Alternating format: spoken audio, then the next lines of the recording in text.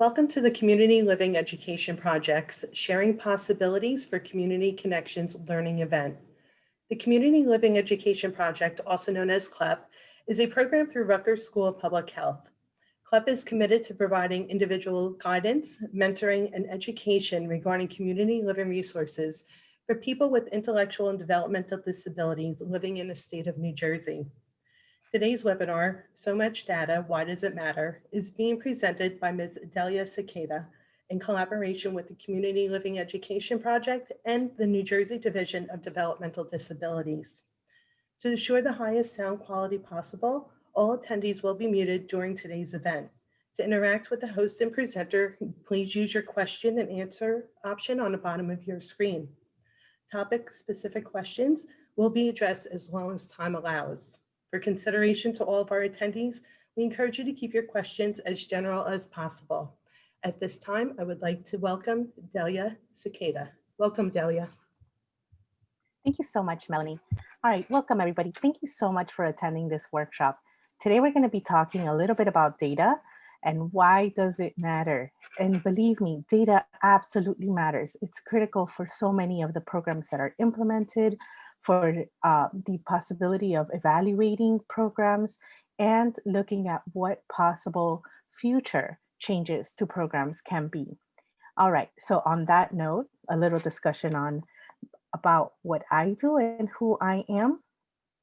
But before that, the webinar objectives. So today we're going to briefly talk about how to prioritize behaviors for change, the difference between subjectivity and objectivity and behavior supports, especially regarding data, how data provides accountability and allows for the evaluation of behavior support programs, like I briefly mentioned, and how to analyze data and read graphs. So we will take a little bit of time to look at some more technical pieces regarding data. So I hope you enjoy all the information that we're going to discuss today.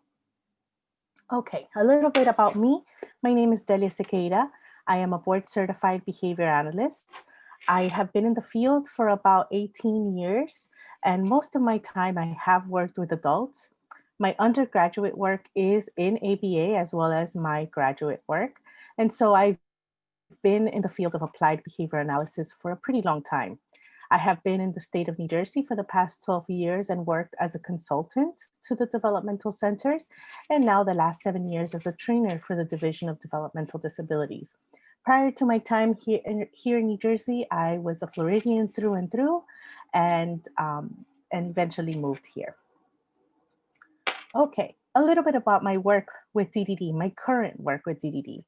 I offer free workshops to state agencies through DDD. I am part of the resource team for DDD, and we're a group of professionals, including speech language pathologists and another BCBA. And we provide the support to agencies in order to teach a little bit about behavior supports and applied behavior analysis. I do offer a series of 5 workshops that are separate from these at CLEP that we've been doing for the past couple of months. Most of those are a little bit more intensive, anywhere from 2 to 3.5 hours. And additional workshops, like I said, are provided by our SLPs, which are also available. All right, I've been talking about applied behavior analysis. For those of you that may not be familiar with the topic, applied behavior analysis is the science of human behavior. The aim for applied behavior analysis is to improve socially significant behaviors by using interventions that are based upon the principles of learning theory. So when I describe applied behavior analysis to others, I typically like to use the phrase, it's the detailed science of learning. We really go in depth into how learning occurs for all organisms, including humans. And so that's one of the things that we study and that we look at, how to teach, how to improve behavior based on teaching. So these interventions that we use, these behavior principles, have been evaluated repeatedly through experiments, through research. So you do have a science-based intervention that it can be used.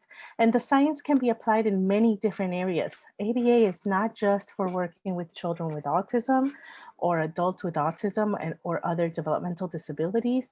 This is a science that can be applied in medicine, in fitness, the workplace, traumatic brain injuries, dance, sports, you name it. Wherever humans are engaging in different behaviors that can be both appropriate and inappropriate, we can absolutely work in that field. All right, what can ABA accomplish? Regarding appropriate behaviors, we can look at increasing appropriate and socially important behaviors, and to teach new skills. So for example, life skills, communication skills, social skills, prepping someone for work environments. We can do so much regarding teaching new behaviors. We also teach to maintain behaviors that are learned. So the goal in reality is to not only teach and maintain, but also to be able to generalize or transfer the use of those appropriate behaviors from one situation to the next. So, for example, if you teach someone how to complete a chore in the home, some of those behaviors that are learned to complete the chore may be able to be generalized or transferred over to different environments, such as a job, or such as school, or such as a day program. So, we're looking to improve the environment, the quality of life of the people we help to support. Regarding inappropriate behaviors, ABA can assist with restricting or narrowing the environmental conditions under which those behaviors occur, because you are rearranging the environment so that it allows for appropriate behaviors to occur more often and for those inappropriate behaviors to occur less. We want to reduce those interfering behaviors by teaching replacement behaviors that are appropriate for the person and that also help with functional communication. So we look at the purpose, the reason why the challenging behavior happens, and also then we look for ways to replace it accordingly with an appropriate behavior, or a behavior that will better serve the person to fit better into their environment, their community, their family, wherever they may function throughout the day.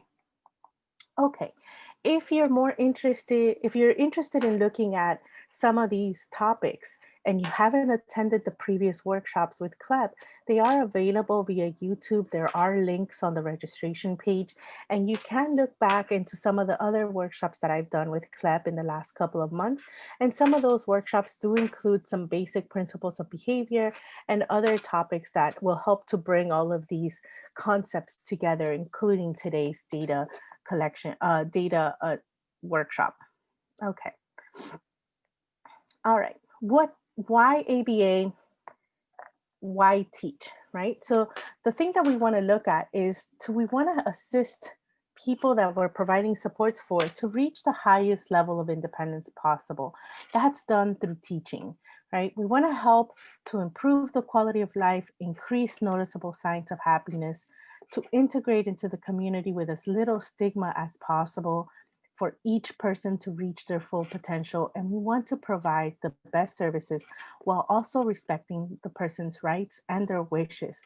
Data, the role that data takes in this list of things is that it helps to guide our decisions based on information that is gathered. So we can start looking at what data does. So why is it important to collect data?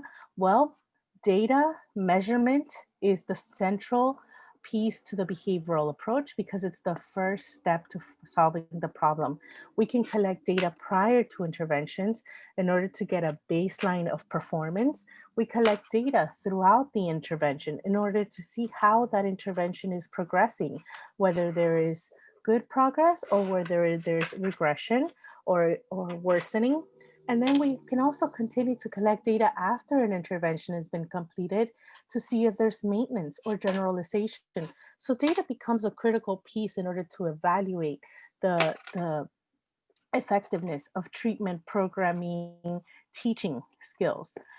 Developing a valid measurement system also enables you to see what's truly happening with the behavior of interest. So We want to collect data for all kinds of behaviors of interest, both challenging behaviors and those functional replacement skills, or those behaviors that we are using to teach, right? To replace the challenging behaviors. And like I've been mentioning before, it provides accountability and evaluation criteria set for programs. Also, one other thing, if there is a behavior support plan in place for the person you are helping to support, data can also assist with making decisions on fading that plan over time. The idea behind behavior support plans is to provide supports, to teach, and to change behavior in a way that eventually a behavior support plan can be faded either partially or fully. Really, the goal would be fully, but we understand that with some of the folks we help to support, that may not be possible 100% fading, but we can modify plans over time, change them. I mentioned in the previous workshop about understanding behavior support plans and those functional assessments is that the idea behind the behavior support plan is to support, but eventually to fade, right? That becomes uh, uh, something that we want to consider over time. All right, so let's keep going. Data helps us be more objective. Data helps us to see information about behavior in a more clear manner. It assists us in collecting information that is very specific, very clear, devoid of opinions, biases. We want to get the clearest, most factual information possible. And so we want to create a data collection system that will guide others to get better information, to help us be more objective. So we want to be very careful when we formulate a plan of action for data collection. So what is the difference between subjective and objective?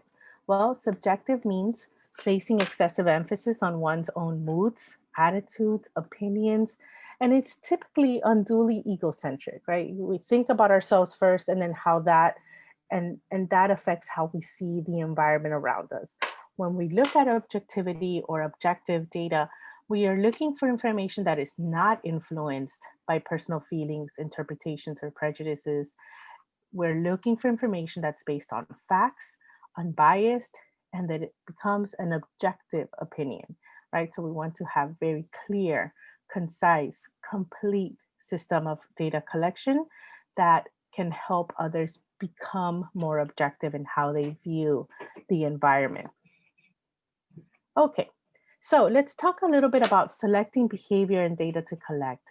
So previously in the workshop where we talk about understanding assessments and behavior support plans, I do talk a little bit more in depth about how to prioritize behavior, how to pinpoint behavior, and I provide a couple of questions that we can ask.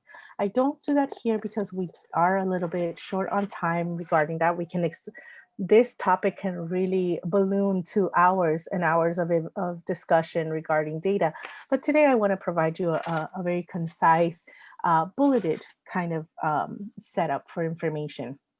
So the way that we want to look at data, I'm sorry, at behavior to be addressed, we want to look at behaviors that are of importance to the person that we're supporting, behaviors that are dangerous to the self or others, behaviors also that may be destructive to the environment, behaviors that may interfere with daily living, behaviors of social significance, and lastly, but not least, behaviors to teach. So if we're interested in teaching more skills and creating a better repertoire of behaviors for the person that we're helping to support, we want to look at teaching. And so all of these points you want to address them when you're looking at how to select a behavior for pinpointing or a behavior of interest to address.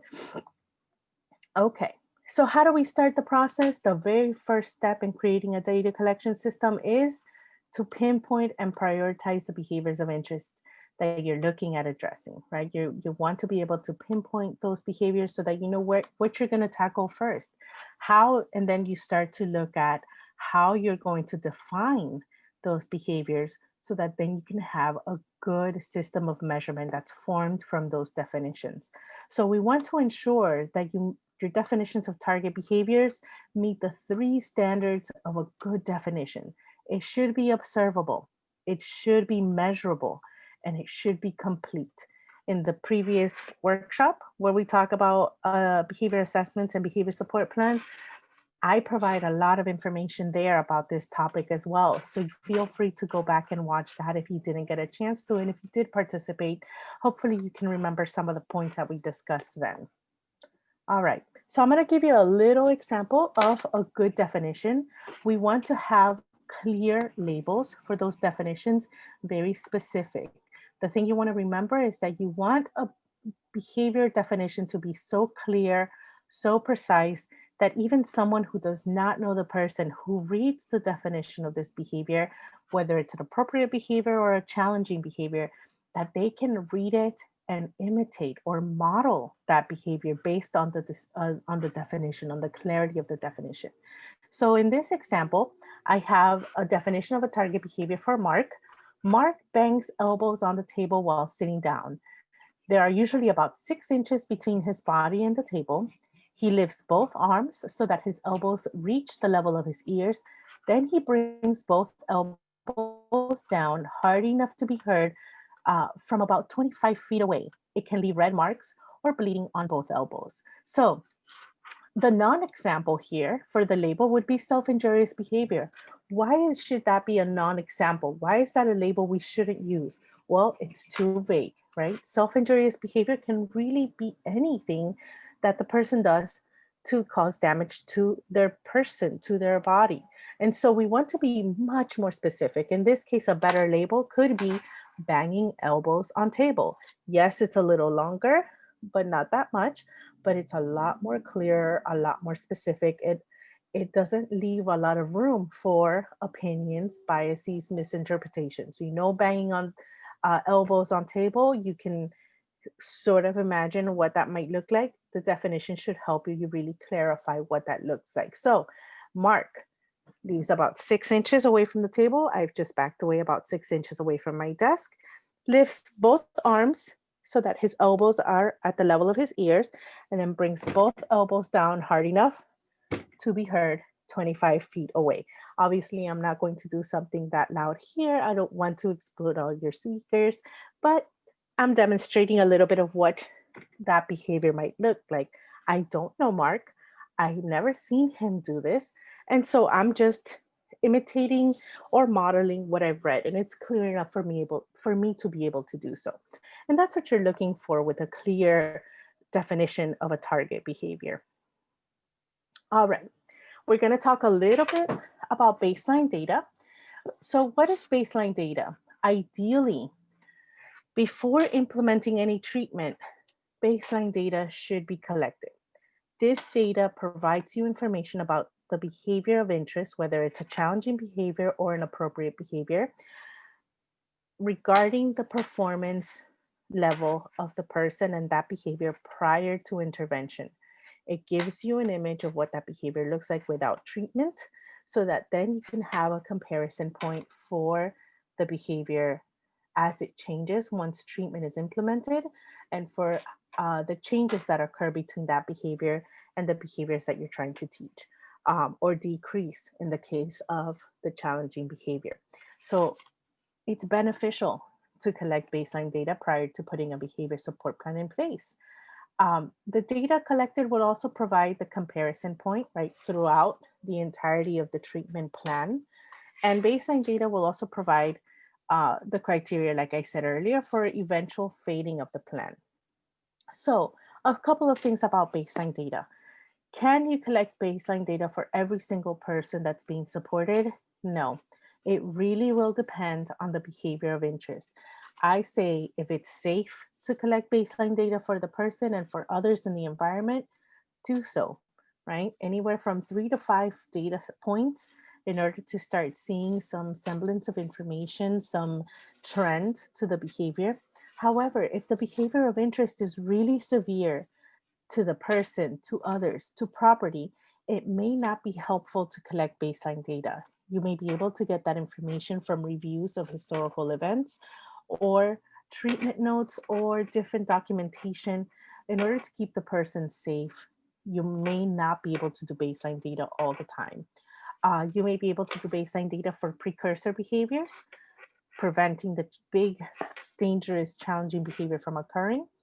And also baseline data for some behaviors of interest where you're looking to teach may not be necessary because the behavior doesn't happen at all, the behavior of interest. So you just want to indicate that the behavior of interest that to teach is just not occurring prior to intervention. And so it may not be necessary to do a full baseline. You would do other things such as probing, ensuring that the person has the basic skill sets needed to engage in the learning process for that new skill that you're trying to teach. So baseline data matters. It's important, but you want to be very careful about the safety aspect of being able to collect baseline data for the person that you're supporting. Okay, some common types of data to collect. The most common, the most clear and concise are frequency, which is the count, right? The number of instances of the behavior that you're interested in gathering data from. So this is just strictly, say for example, I engage in the behavior of slapping my face. 1, 2, 3, 4, 5. That's it. That's frequency. That's the count. I did it 5 times. The next type of data that you can collect is rate. That is the number of times, the frequency over a period of time. So, for example, I scratch my nose. 1, 2, 3, 4, 5 in a span of about 5 seconds. So Delia scratched her nose in a span of 5 seconds, 5 times. That's your rate of frequency over time. The most, lastly, the most common, very clear, concise, complete measurement that you can take is duration. So duration involves time, how long a behavior of interest occurs, right?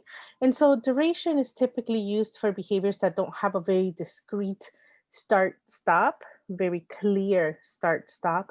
It's for behaviors that tend to last a little bit longer, where it's more difficult to count how many times it occurs, although all of these can be used in combination with each other, especially when you look at rate, where it's a time with frequency event. But duration is just the time frame, right? So say, for example, I cry, right? I have crying episodes, and my crying episodes are typically 15 minutes long. So that's the duration. Delia had a crying episode that was 15 minutes long. It started at 3 p.m. and it finished at 3:15. So you're looking at the duration. And really, you could take a look at these for all behaviors of interest, both appropriate and challenging behaviors. All right, let's take a look at the next type of behavior data collection systems that can be used. These are a little bit more vague. They're not my preferred, and that is my opinion. They're not my preferred type of data collection to have or to use. However, they can be beneficial when it is really difficult to collect data very clearly, very concisely using the other 3 sets of data that I showed you, right? When you cannot use rate, when you cannot use frequency or durations, because the behaviors of interest are too variable, right? Either too rapid or the durations are variable, the counts are very difficult to manage. You might want to use what we call interval recording. It's written up as percent occurrence, right? So we have 2 types that we'll discuss today. There are a couple more, but we'll just stick to the basics today. We're going to look at whole interval recording and partial interval recording. So in this case, the thing that you do is you break up a specific time frame that you want to observe the behavior into manageable blocks of time based on the behavior of interest, right? So if, for example, you're looking at my behavior of scratching my skin, right? I scratch my skin. If I do something like this, that's pretty rapid fire, it gets really hard to count that, right? You're not going to sit there and say 1, 2, 3, 4, 5, 6, 7, 8, 9, 10, 11, 12, 13. 1, 2, 3, 4, 5, 6, 7, 8, 9, 10, 11, right? That gets tough to kind of continuously manage and observe and monitor and collect data for. So what you may want to switch to is this whole interval recording or partial interval recording, where instead of counting how many times, the interval recording part, because you've broken up your time frame into manageable blocks of time, you can either use a plus or a minus to indicate whether the behavior happened or didn't. With whole interval recording, you only count the behavior as having happened if it occurs the entire interval of your block, right? So say, for example, you're looking at the behavior of mouthing buttons. Do I find a button in my sweater? Uh-oh. Oh, it's all the way at the bottom. Okay, so say I engage in the behavior of mouthing. So I'm mouthing for an extended period of time. There's no real stop, but then I take off, right? And then I'll engage in mouthing again. Then I take off. Then I engage in mouthing for an extended period of time. Notice that's difficult to also count, right? There's 3 events, but the durations are very variable, and so it becomes different. So if I engage in the behavior of mouthing my button for, say, the entire interval, say it's a 10-second block, for an entire 10 seconds, you mark it with a plus. If the next 10 seconds that you are observing my behavior, I put it up to my mouth, then I take it down, then I put it back up again, guess what? You don't mark it as having occurred because it didn't occur the entirety of the time. So that gets a minus. If I don't do it at all during the next 10-second intervals, you mark it as a minus. That's whole interval recording. With partial interval recording, you do mark the behavior as having occurred if it happens at all, right? So in this case, if you go back to the button, if I were in the first 10 seconds to put it in my mouth, take it down, put it in my mouth again, that would actually count this time because it did happen, even if it happened a second of the 10 intervals, right? Of the 10-second interval. And so you have a couple of things to remember with these two. Whole interval recording can underestimate behavior because even if it happens a little bit during the interval, it doesn't count. And partial interval recording can overestimate behavior because even if it happens just one little bit, it counts as having occurred. So let me show you briefly what a little block of time and how we split it up would look like for either one of these interval recording measures.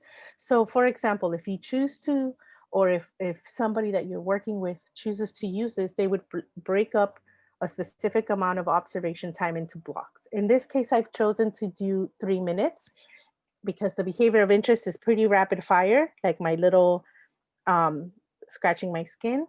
And so you have the seconds, the blocks that are split up into 10-second blocks. And then you have the little pluses and minuses as the behavior occurs or doesn't, right? And that can be for both whole interval or partial interval. Notice the difference between the duration, frequency, and rate. Those have very solid numbers. They have very specific information that's marked down. This ends up counting as a percent occurrence. So say, for example, I just do the first block, but every other block is a minus. That would be that 15% of 1 minute I engaged in the behavior. And so now you see the difference, why the outcome of this type of data recording is a percent occurrence. So let me show you some very, very brief examples, very simple examples of some data sheets, right? So the first one, you can see it's an interval recording. In this case, the time frame is from 9 to 9:30. The blocks for this example have been broken down into 5-minute blocks versus my 10 seconds that I just showed you. And here, the behavior of interest, if it happens, they mark a little X. If it didn't happen, they mark a 0 or a nothing, right? And so you'll see here that this behavior, whatever it is, they're not telling us what it is in this example, it's slowly increasing in percent occurrence. So it goes from 33% the first day to 100% occurrence the last day. You're not counting these as 1, 2, 3s because we don't know what those counts or frequencies or rates are or durations. We just know that the behavior occurred or didn't. And so that's what you see with that first graph. With the second little data collection sheet that you see, that is a frequency. So that counts, each one of those X's counts as one occurrence. And so you'll see that in the first day, the behavior of taking toys from peer occurred one time. The last day of data collection, the behavior occurred 4 times, right? And so those are frequencies, those are counts. They're not telling us the rate because they're not telling us the time frame that they collected data on. We just know a day, right? And that could be a daycare shift, a school day shift, right? Or it could be an entire 24 hours. We don't know that. We just know the count. Now let's look at the last little data sheet, and that is duration. In this case, the behavior of interest is staying on task, right? So in the first day, you see that the student stayed on task a total of 1 minute for that reading subject. Look at the last day where now the student is on task 5 straight minutes, right? So you have the durations, they have the start time, the end time, and the total duration. So these are some very basic examples of data sheets that you can that are being used to collect data. Obviously, these data sheets can be modified as needed to collect data on the behavior of interest. Um, and here I'm showing you examples also of one, we don't know the behavior, we just know how they're collecting the information. And I'm showing you also an example of a challenging behavior, which would be taking toy from peer, and also an appropriate behavior, which is staying on task. So that shows you that data can be collected for all behaviors of interest. All right, let's talk a little bit about independent observers. In our world of behavior analysis, of providing behavior supports, independent observers are extremely helpful because one of the things that we're trying to consistently look at, consistently to ensure is the credibility, the correctness of data collection. So independent observers help us with that process because what they do is that independent observers collect data at the same time as the person that's supposed to be collecting data, individually, independently from each other. But then what's done is that those two data sets are brought together and then they're compared and contrasted. And that way we can get information on the percent matching of those two data sets. If there's an issue with the match or the percent, we can address that. We can troubleshoot why the information is not the same, right? So it is important to compare the degree to which those two people observe the same behavior at the same time. And it's an important process because it allows you to test the clarity of the operational definition. It allows you to look at the training process. Was the person that is supposed to be collecting data trained correctly, trained appropriately to collect data? And it helps us check the reliability of the measurement system. So let's take a look at the equation. Unfortunately, there's math in this, but we do have an equation to test this inter-observer agreement, right? The independent observer, the whole concept is called inter-observer agreement or IOA. And so let's take a look at an example of what that may look like. So here we have two observers, a span of 5 hours. And what we're looking at for the equation is the agreement divided by the total number of intervals of time that you observed times 100. That gives you the percent of IOA agreement. So in this case, you have the two observers where in the first block, 7 o'clock hour, they both saw the same thing. You see matching numbers. The 8 o'clock hour, you see the same, matching numbers. The 9 o'clock hour, again, it's matching. But look at the 10 o'clock hour. One of the observers missed the behavior. They wrote a 0, but the other person saw it. And so they wrote a 1, or at least they thought they saw it, right? The last two blocks of time, intervals of time are both matching. So now what we have is 5 blocks of time. There are agreements over the total, which is 6. That multiplied by 100 is 83%. So here, the IOA for for this data set, it's 83%. That's actually good. That's actually reasonable.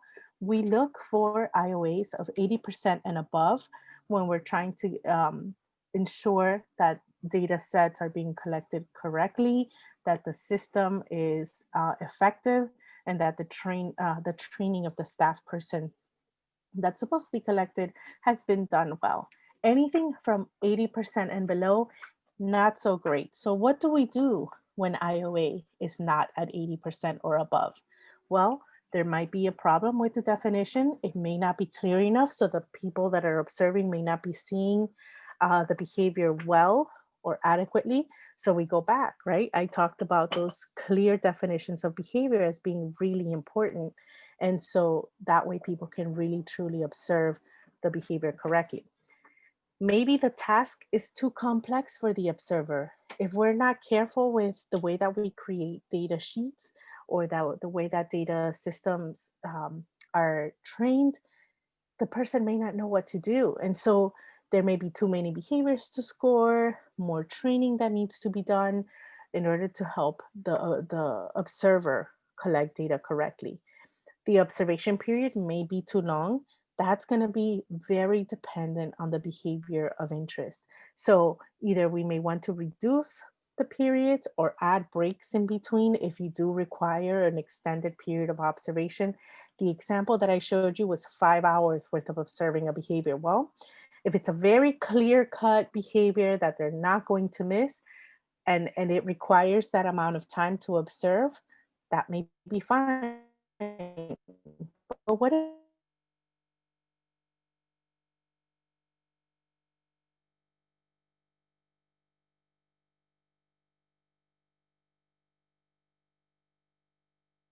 so you want to adjust as needed in order to access the best amount of information that you require. Lastly, and we talked about this before already, the observers may not have received sufficient training.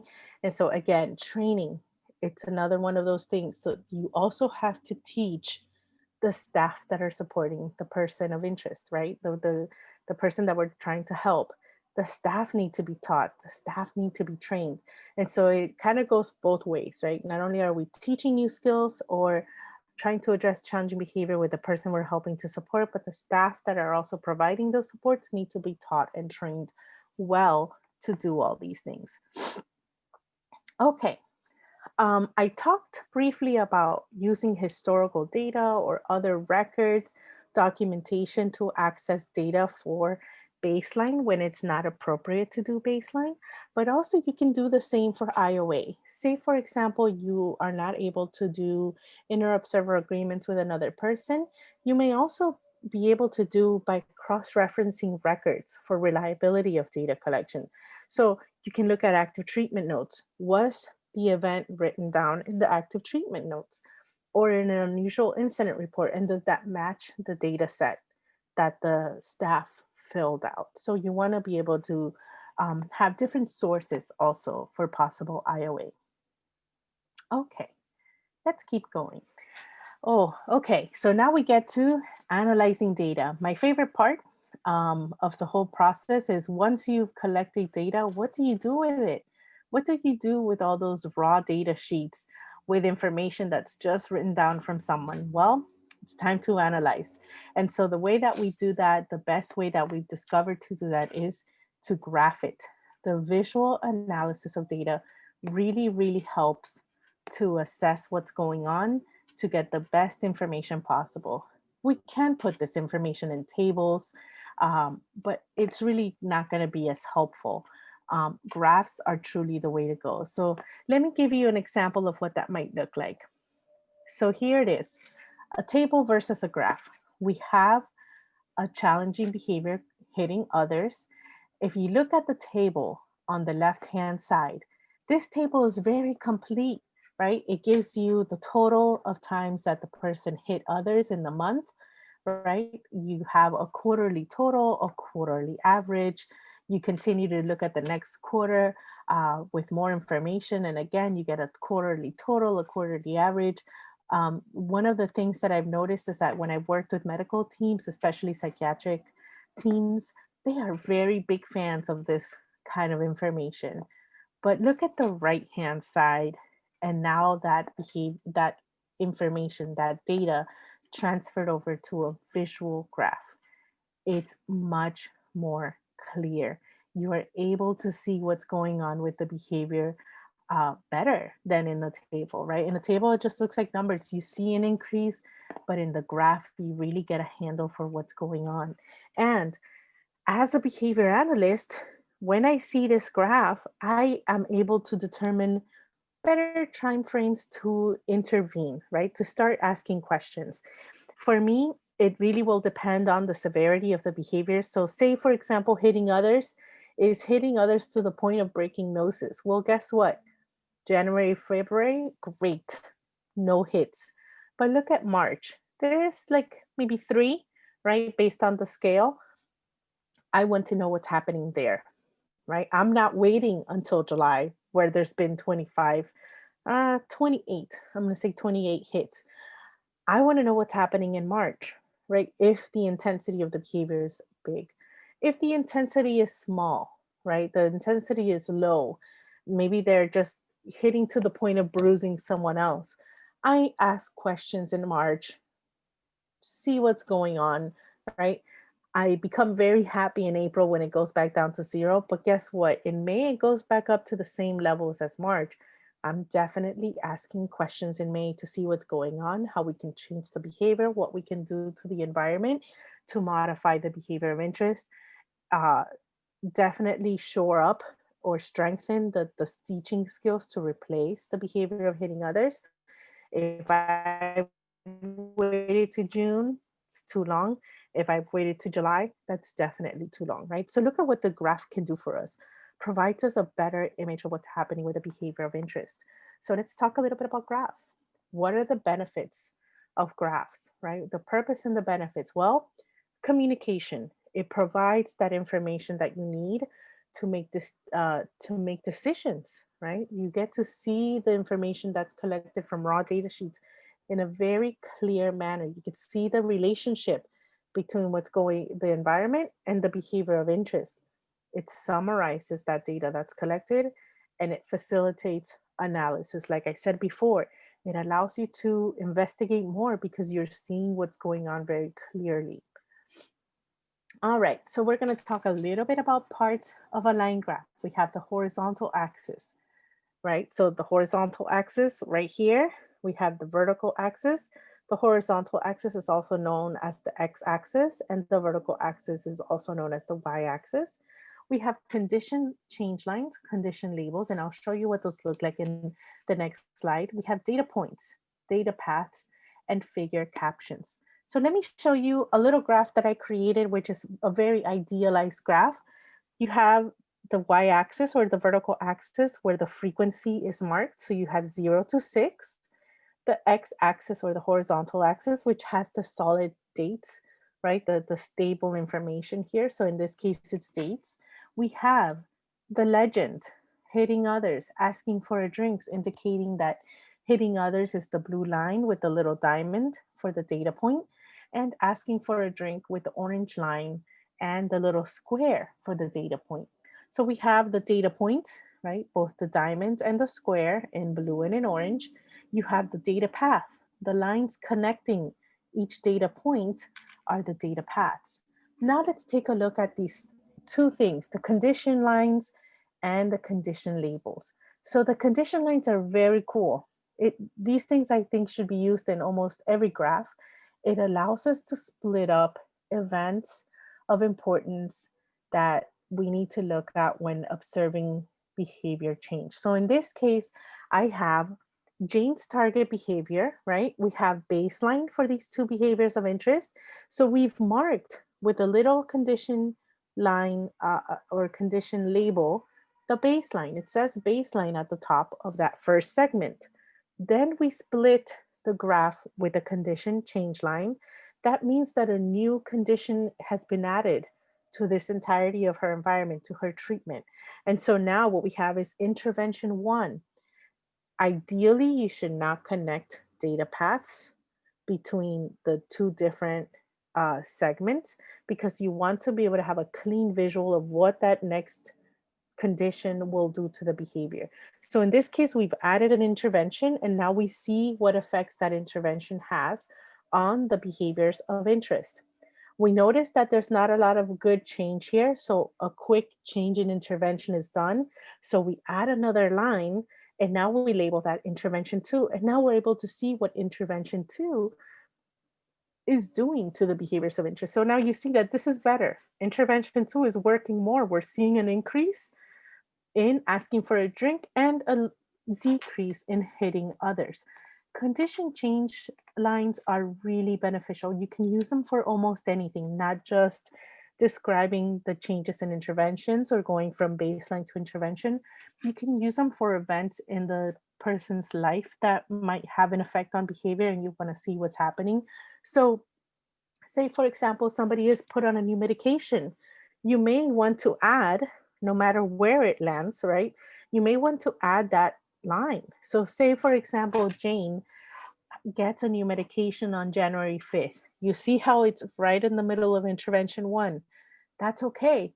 Add a line. Add a line that says, new medication, say Effexor, 50 milligrams, right? So anti-anxiety medication has been added at 50 milligrams. I don't think that's the real dosage for that medication, but I just need a number. So you add that line, and now you're able to also see how that medication can, if that addition of that medication has an effect on the data, because you're able to see, right, what happens, what changes. Um, Anything from additions of medications, changes in dosages, environmental changes, say somebody moves from home to a group home, or somebody gets a new staff person in their home, death of a family member, um, change in roommate or housemate, you name it, anything that you are interested in seeing, whether it has an effect on the behavior, you can draw a little line on the graph, add the label to make sure you know what that change is, and you could see it in the graph, get more information. So I gave you some examples of what that is here. Not examples, but some descriptions of those, right? The condition change labels, they identify the condition. It tells you where to locate them on the graph, and they're brief but descriptive, right? So the lines also matter. Um, Major changes should be a solid line, minor changes should be dashed. But the good thing about them is that you're able to separate what's happening, right? You're able to identify the changes that are occurring. And it could really be at most minimum intervention changes on a graph, and medication. But at max, you can add very detailed things just if you're interested in seeing what effect they have on the behavior on the data path. So how do we interpret these graphs, right? The visual analysis is what's really going to be helpful. There are 3 things we're going to be looking for: variability, level, and trend. So I have a couple of slides on what those things are. So what is variability? Really, it's the degree of change, right, in the graph. If there's a high degree of variability, that means that there's little to no control over the factors influencing the behavior. If the graph is stable, that's a little different, right? There's a little bit more control over the factors influencing behavior. Level, it's going to be based on that y-axis. So where on the y-axis is the information sort of um, going towards? So we want to see stability, especially when we're looking at levels, but I will show you an example of what to look for there. And then lastly, the trend, the direction, right, which the data path is taking. Is it an increasing direction, decreasing, or zero trend? We're looking at that information. Is the degree of the trend or the direction steep or gradual, right? We're looking at that too. And so let's take a look at some examples with some visuals. So let's focus on D first, because that's the one talking about variability. So if you take a look at the D graph, that's too variable. If data looks like this on a graph, something is wrong, right? Meaning the strategies are not effective.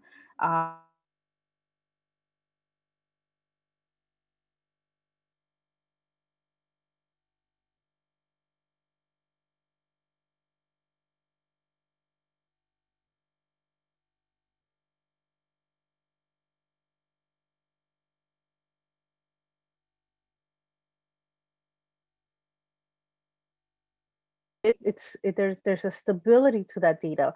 Regardless of the level or the direction, there's a stability in that all that data is kind of packed together in a, in a specific, almost close to a line. And these are idealized plans. It's not always going to look as pretty as these, but you're looking for that stability rather than that variability, right? So that's the stability factor of data. Then we're looking at level. So let's take a look at graph A, right? That's kind of in the lower side of the graph. The level is a low level behavior, right? It's kind of staying stable within that realm, and it's very level. The level can change. The level can be up, the level can be down. It will matter to you depending on the behavior of interest. So say, for example, I'm working on with someone to help them not curse at staff so often, right? Maybe they were all the time cursing at staff, and now we've reached a place where they're at a very low level, right? 0, 0, 1, 1, 2, 0, 0, 1, 2. Notice how that's very stable, very low level behavior. Are you going to be satisfied with 0, 1, 1, 0, 2, 0, 1, 1, 2? With cursing at staff, I may be satisfied with that. Why? Because we're all human. Sometimes we get upset. And if that's the goal, person has gone, say, from cursing at staff 50 times, 49, 50, 60, 70, 50 again, right? If they're going from a very high level of that behavior to a very low level, that may be where you want to go. It may be unnatural to go to 0, right? So it goes to a very low level. If it's a behavior of that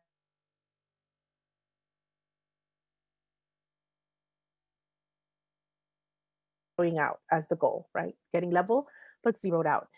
If it's a behavior of interest, say, for example, requesting help, right? So signing help to get assistance, and the person learns the behavior, so it goes through an increasing trend, but then it levels off in a high level, that might be a great place to be as well. So level is going to be very specific to the behavior of interest. Now let's take a look at graph B and graph D. There's your trend. One is an increasing trend, one is a decreasing trend. Again, this will be, whether this is a good thing or a bad thing, will be dependent on the behavior of interest. If it's a behavior to teach, a skill you want to build, B is the way you want to go, increasing trend. If it's a challenging behavior, the ultimate goal is to see that decreasing trend. If it flips, right? If the challenging behavior that you're interested in changing starts to go up, something is wrong. We need to look at that plan, right? We need to see what's going on, what's making it increase over time. And if it's an appropriate behavior you're trying to teach and it starts to go down, something is happening here, whether the behavior is not being used, it's not accurate as a teaching behavior that you want to use.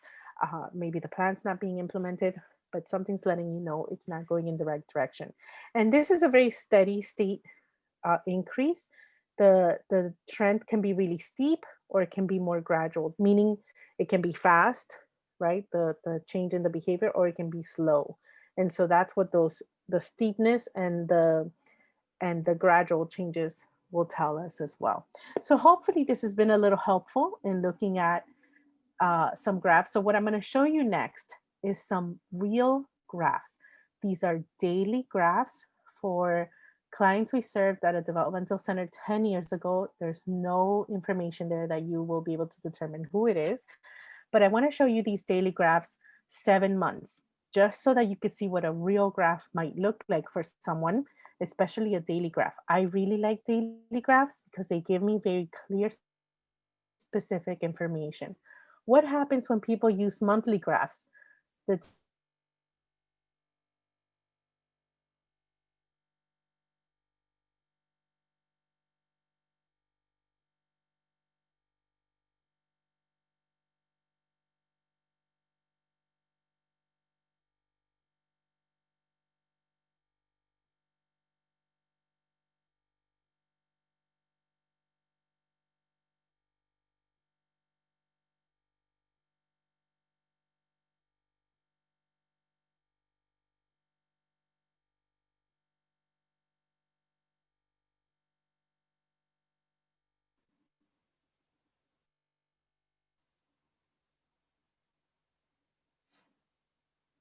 Hello?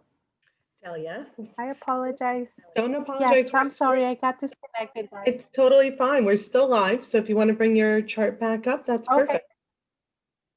It is right here. I am Do what sorry, we can with guys. I technology. You're apologize for doing that. wonderful. Go ahead whenever We're you're at the ready. last 3 slides, so we're actually in a good spot. Okay, so going back to my graph, right? I don't know where I lost you guys, but we're looking at the scale 0 to 10, right? We're looking at these lines of the information. Let's look at signing help. Signing help is not happening very much. So what does that tell us if a behavior is not being used almost at all for 7 months? But look at the other behavior that we're trying to teach to ask for assistance, which is putting arms up. That's more, but that's a behavior that's being used more often, more frequently. So maybe now we make a decision and we say, okay, let's remove signing help. Obviously, it's not very effective, but raising arms is effective. The next thing we look at is biting hands.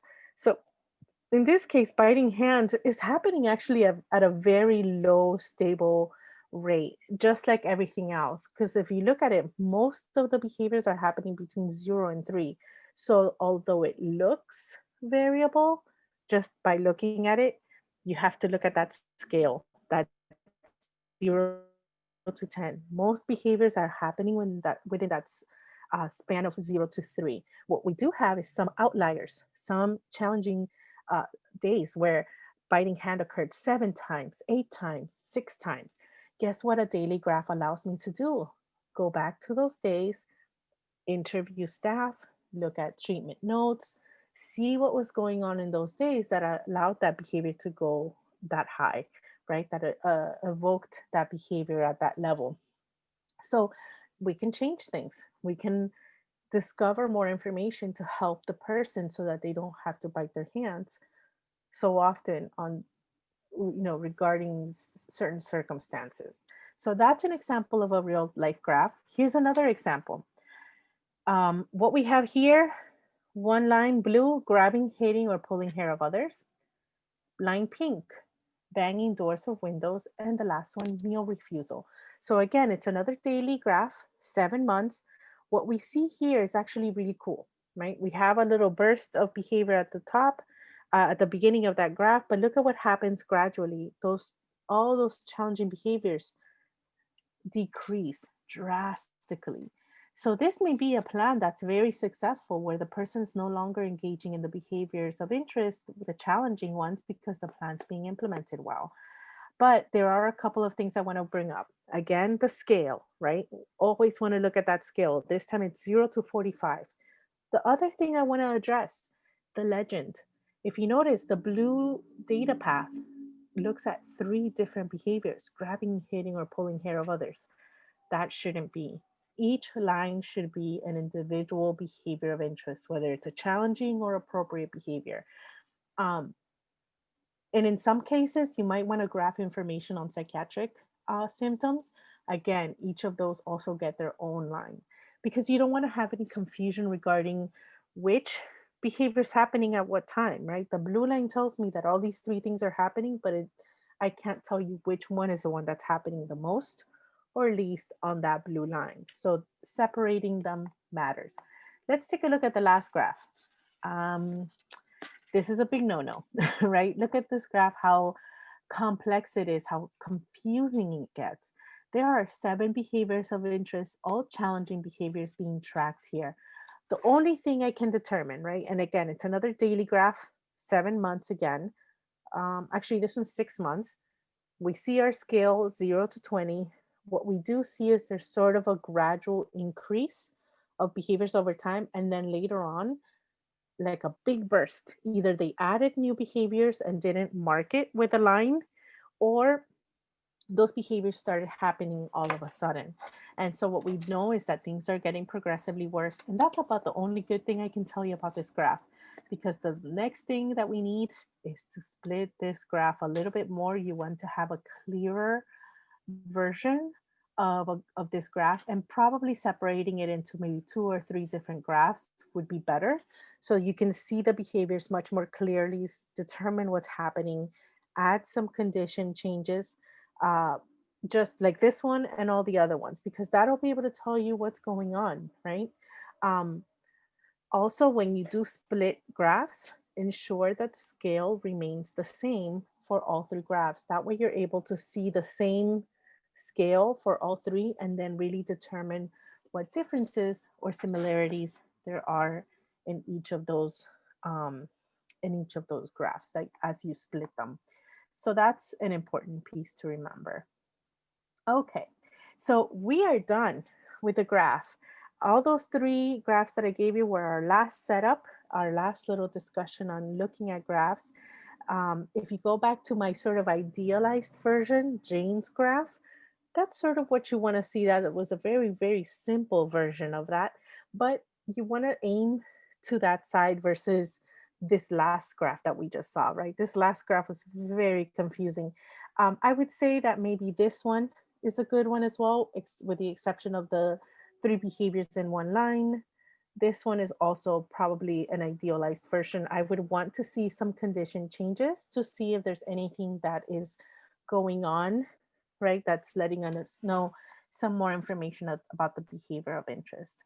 All right, so we are done with this workshop. We have um, the webinar series is 5 webinars, like I mentioned earlier. We have part 1, 2, 3, and 4, and those are all available via YouTube through links with CLEP.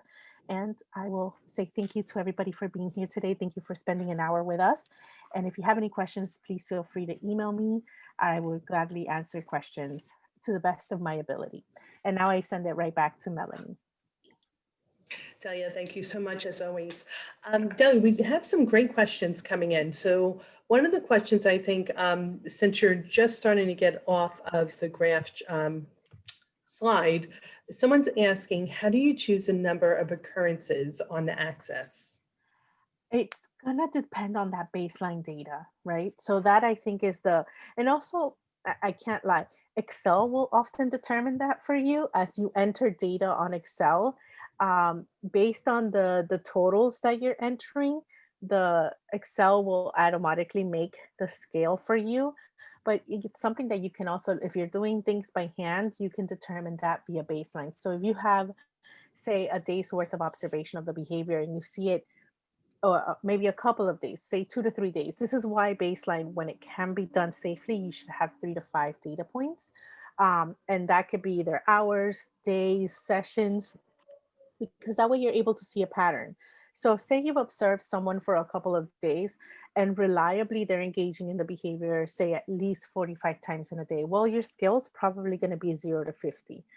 If you're entering that data on Excel, Excel might also give you that 0 to 50 or 0 to 100. It would never go below that. Does that help? I hope. Yeah, and if not, if the person has a follow-up question, please You feel can free to email me. type that in. Yeah. So we have someone who's wondering if you're seeing an uptick in data. Mhm. Would you recommend observation to also happen with the individuals working with that person to look for any inconsistencies? So that's where IOA comes in, right? That inner observer agreement, having somebody else collect data independently of that person at the same time. So here's an example of IOA that I did. This is in undergrad when I was doing work with businesses.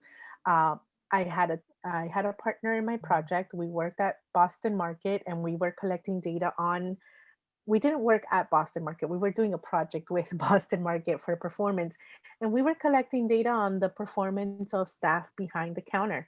And so she sat on one side of the restaurant, I sat on the other. We did not communicate at all.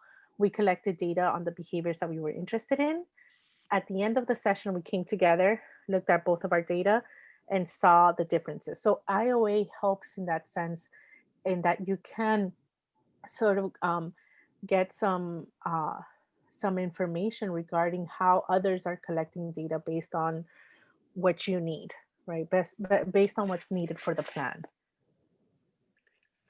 So we have actually I believe it's a parent who's asking, their loved one lives in a group home, and the Hmm. group home wants to conduct an FBA interview with the family. Hmm. Um, Parents not sure how relevant this is since the behaviors are very different in a group home compared to the family's home. Any input that you can provide to that family? So it can be helpful because one of the things that we also look at is behavioral contrast. Behavioral contrast can happen when there's two different environments and the behaviors are very different. And so we're able to, as a behavior analyst, I actually am interested in knowing what's happening at the home that's different from what's happening at the group home, because I can also learn about how behaviors are managed there, what is happening in the environment that doesn't necessarily promote those behaviors, because you could always learn about useful information that you can transfer over to the group home or try to imitate in some way. So I actually do think that's beneficial. Also, you can learn about historical events that may give us some semblance of information as to how those behaviors started to occur at the group home and they didn't happen at home. So I would say if the group home staff or the behavior support staff are interested in asking you questions in an FBA format, I would try to assist in that if possible, because it may be beneficial to the behavior specialist. Wonderful. And last question, who should actually be graphing the data? That depends on the agency, depends on who's been hired to do that. Um, in my experience as a behavior tech early on, it was me. It was me graphing all that data that I was collecting. Over time, as a behavior analyst, I've done it, but also I've had behavior techs working that I supervise that have also entered the data for us. It depends on the caseload as well. It depends on who's available to do it, but it should always be someone that's trained on how to do it. There are cases where there's new data collection programs, apps that are used in phones or iPads or computers where staff themselves can actually enter the data for that person on the provided technology, right, by the group home. If they're doing it by hand, maybe it's the job of the behavior specialist to go collect that data, that raw data, and then enter it themselves. So really, it's going to be very dependent on who's available, who's been trained, and the agency really, like who's doing that stuff. It could be anyone as long as they're trained, but for the most part, um, in the behavior supports uh, professionals, someone's doing it there. So Delia, I want to thank you on behalf of the Community Living Education Project.